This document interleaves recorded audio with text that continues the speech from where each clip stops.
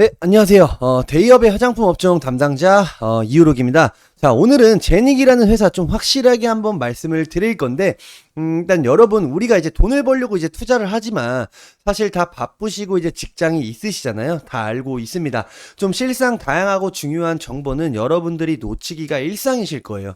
그래서 일종의 이런 주식 비서와 같이 좀 나 대신 책임지고 이 종목을 또 파헤쳐주고 또 내 궁금증을 해소해줄 사람이 분명히 필요하실 겁니다. 그러니까 멀리 가지 마세요. 좀 여러분이 여러분의 일을 하시는 동안 저는 또 제 1인 이 제닉이 정말 너덜너덜해질 때까지 한번 파헤쳐 보도록 하겠습니다. 좀 제가 살아있는 한 이 종목만큼은요 정말 기자 정신 가지고 24시간 취재해서 전달 드릴 테니까 좀 계속해서 지켜봐 주시고요.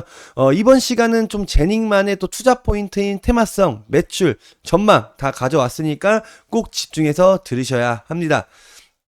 자, 또 첫 영상인 만큼 우리 제닉에 대한 기본은 알고 가셔야 합니다. 자, 기업 설명부터 제품과 매출, 좀 앞으로의 전망을 말씀을 드릴 건데요. 일단 이 제닉은요. 좀 해외에서 이제 보유 중인 이런 글로벌 특허 제조 기술을 활용한 뭐 제닉 셀더마팩으로 좀 알려져 있는 마스크팩을 좀 제조하고 판매하는 화장품 업체입니다.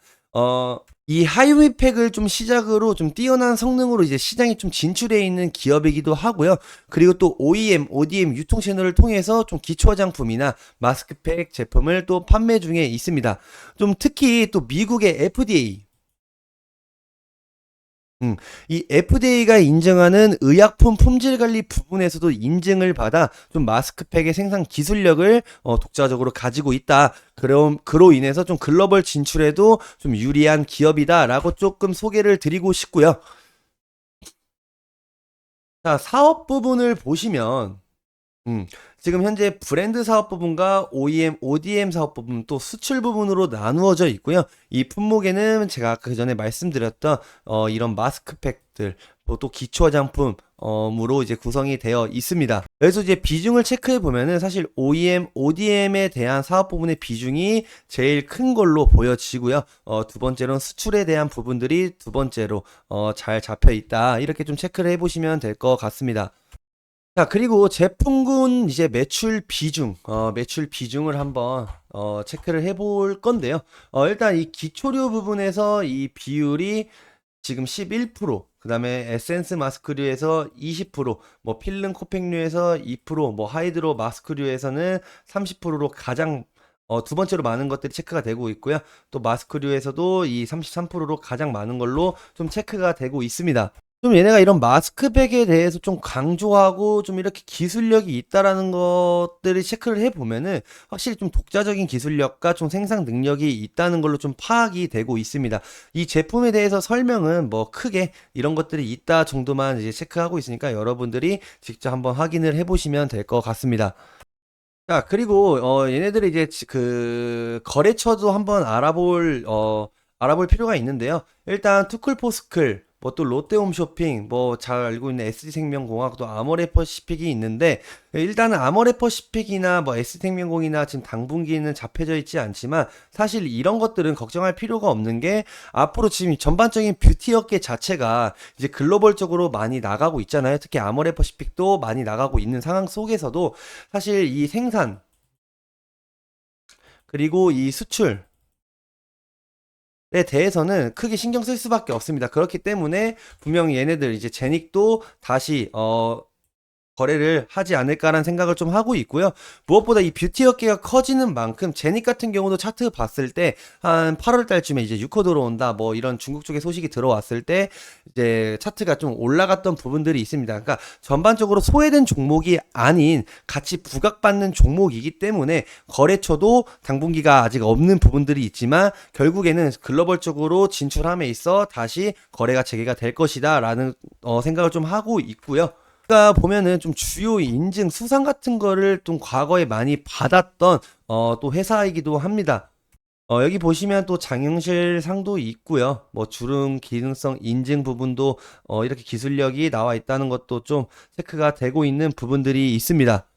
그러니까 사실 뭐 빈속에 아무것도 없는 기업이라면요. 뭐 이런 수상, 인증, 뭐 특허 이런 것들이 솔직히 없겠죠. 근데 이 제닉이라는 회사는 되게 특허도 굉장히 많고요. 일단 이렇게 인증 부분도 굉장히 많기 때문에 어찌 됐건 기술력은 있는 기업이다. 그러니까 시장에서 부각을 많이 받지는 못하더라도 결국엔 이런 기술력 있는 기업들은 한 테마가 이루어졌을 때 같이 따라갈 수밖에 없습니다. 꼭 이런 것들도 사소한 거지만 좀 체크를 해볼 필요가 있고요. 또 이제 재무제표 보시면은 좀 이제 적자, 영업이익 같은 경우는 이제 적자들이 나오고는 있지만 이 분기별로 체크를 했을 때 이 적자 폭이 조금씩 줄어들고 있다. 이 정도 체크하시면 될 것 같고요. 뭐 부채 비율이나 자본 유불률 같은 경우는 그냥 평범한 기업이다. 사실 전반적인 이 뷰티 업종 자체가 여러분 정말 제가 누누이 항상 강조드리지만 이 온라인 채널이 정말 확장이 많이 됨으로써 심지어 우리 과거에 이 주력 채널이었던 이 홈쇼핑마저도 현재 매출이 굉장히 많이 올라오고 있습니다. 특히 이 제닉 같은 경우는요, 우리가 알고 있는 뭐 현대홈쇼핑이나 뭐 GS 등등 여러 가지 홈쇼핑에도 굉장히 많은 제품들을 돌리고 있는 상황입니다. 그렇기 때문에 전반적인 뷰티 업종이 회복이 된다는 것은 사실 같이 부각을 받을 가능성이 커 보이고, 특히나 앞으로 내년, 내후년 같은 경우는 이 SNS에 대한 노출도 굉장히 심해지기 때문에, 그러니까 노출이 굉장히 많아지기 때문에 수혜를 받을 수밖에 없다. 특히 제닉 같은 경우는요, 지금 온라인 매출의 비중을 좀 많이 높여가고 있는 상황입니다. 자, 그리고 얘네 이제 차트적인 부분들을 보면요, 어떻게 좀 돼 있냐면은 2021년 기준으로 한번 싹 올랐다가 계속 좀 이렇게 떨어지고 있는 상황인데, 지금은 현재 이렇게 박스권을 좀 횡보 중이죠.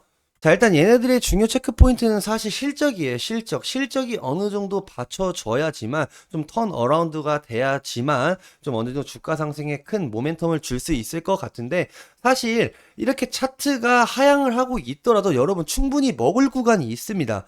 왜? 특히나 내년 전반기도 중반기 후반기 들어가다 보면요, 이 뷰티 업계가 점차 매출 회복으로 턴어라운드 되는 기업들이 많기 때문에 이제 부각을 받으면서 이렇게 또 기술력 있는 기업들은 같이 따라갈 수밖에 없어요.